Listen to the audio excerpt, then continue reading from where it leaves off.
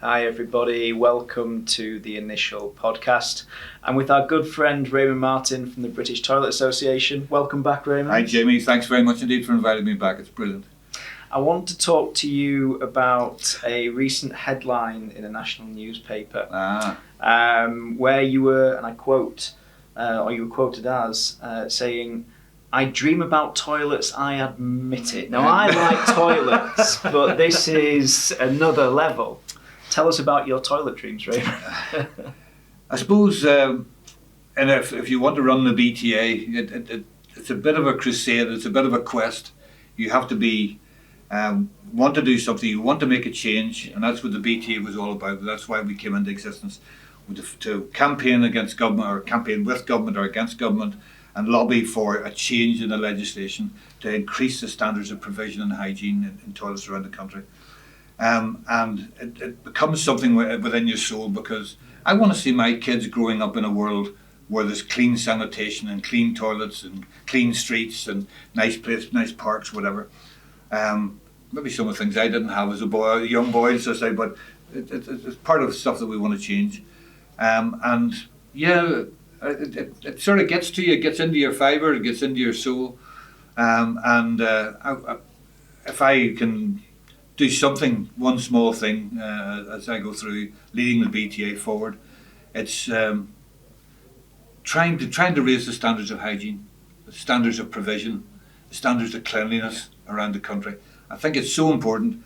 We've got transmission of disease. We were attacked recently by that COVID thing, and all the toilets were closed, and then we managed to get them back open again because we didn't know what COVID looked like or what colour it was or whether it lived on glass or. So we had a major problem with it, and we were worried about getting it on our hands. And of course, the Prime Minister told us to sing "Happy Birthday" two versions of that or whatever it was while we were washing our hands to make sure we were ringing about it. I think we're slightly wrong, because you actually need to use hot water with a COVID and whatever pathogen such as that, or you can use UV or steam. But anyway, it gave us a jolt to start to look at standards, how places were kept, how they're managed, how they're looked after, and that's where people like Initial, whatever, come in, because your standards are so high, your professionalism is second to none. And it fitted with me, and it fitted with the BTA, because yes, I dream of toilets. I probably do, 800, 1,000 toilets every year. I actually go physically, open the door, go in, check the cubicles, check the urinals, look at the ceilings, look at the high level cleaning. But I also go around the building and I look at the urination on the back of the building and the shrubbery around to see whether there's drugs, paraphernalia, whatever. And it's not an obsession, Jamie. I'm not going to put it down as an obsession. I think it's a quest. We have to get it right. It's about sanitation and hygiene. It's about cleanliness, and I think that. And certainly the BTA, everyone who works with the BTA, all board members, whatever, are absolutely dedicated to the fact of getting good, clean, decent public toilets right around the country.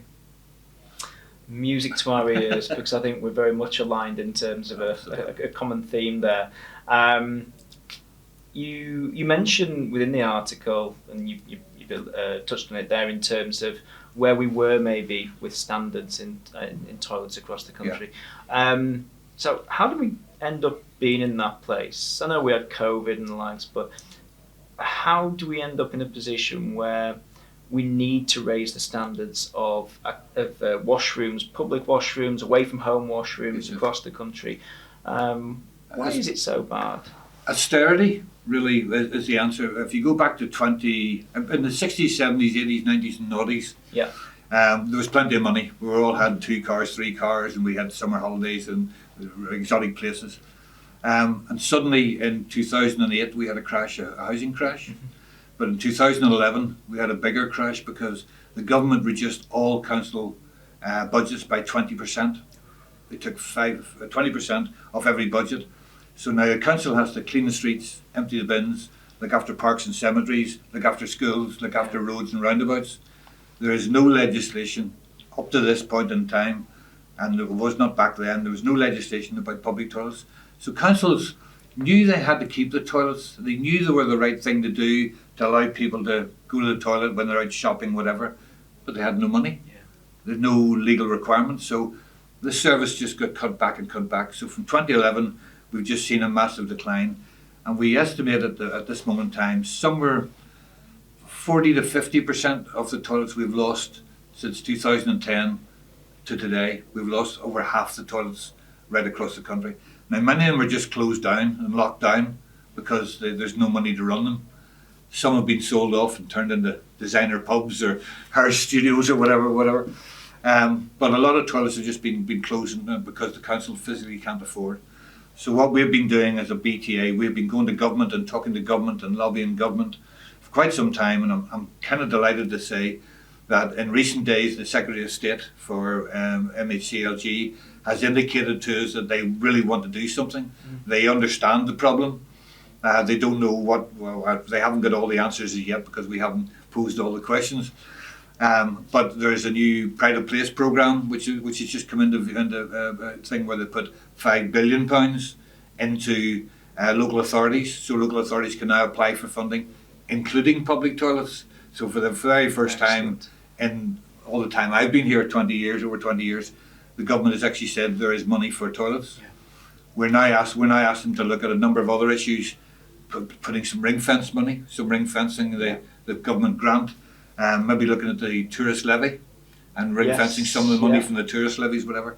So the councils have the money to bring in the expertise, to bring in the proper service, because they will do it. They have been running toilets from the 50s, 60s, 70s, 80s. They know they're there. They understand that they're best placed to do it. They just need the impetus. They need the help and support. They need the help and support of Initial and the BTA, but they need the help and support of government as well. Yeah. A little bit of revenue would make a big difference to many of these things. There's a little bit of a sort of false economy argument, I suppose, as well with this, because toilets, when you're out and about on the high street, out at the coast, whatever it might be, again, that's not a nice to have. That's something that everybody, every family, every person needs access to. Absolutely. And there's a knock-on effect in terms of the economy by not having suitable and accessible toilets when you are out and about, isn't there? There's no question about it. Again, we've spoken to the Minister, and we put this to the Minister, was the Mary Portis highlighted it some time ago, the deaths of the high street. And she's saying one of the reasons, or a couple of reasons, were the lack of public toilets, car park charges that were coming on and are increasing every day, the lack of investment into open spaces, park benches, but toilets was very much a focal point of that.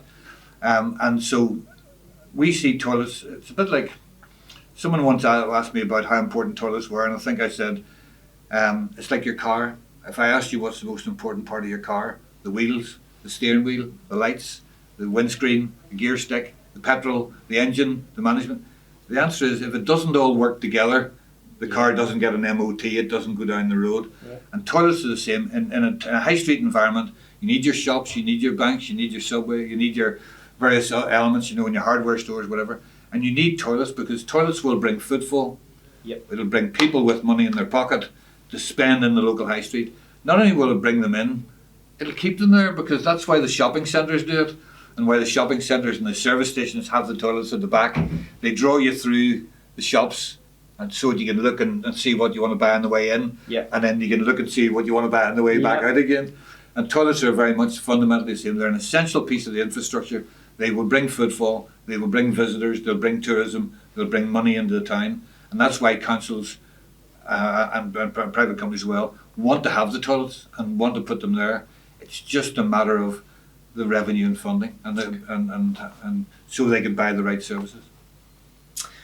And we've spoken previously about the opposite effect on that, about not having toilets can have very much a negative impact in terms of getting footfall into towns, into cities.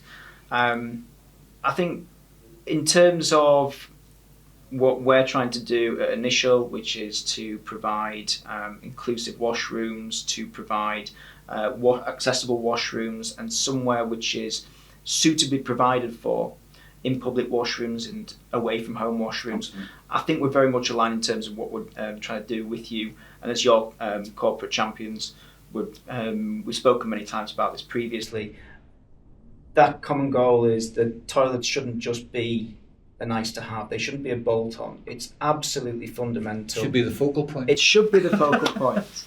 And I totally agree. And we're going to continue to champion that great British loo. It makes all the difference. I remember years ago going to one of the big superstores. We were invited in because they were opening a hypermarket, Right. the biggest superstore in the country. And when we walked in, the blueprint was on the desk. And of course, coming from a technical background, I was immediately drawn to the blueprint, and I was looking, and there was the outline of the walls, the outline of the doors, and the toilets. And I said, "Oh, you designed the toilets?" He said, "This is the most important thing in our store.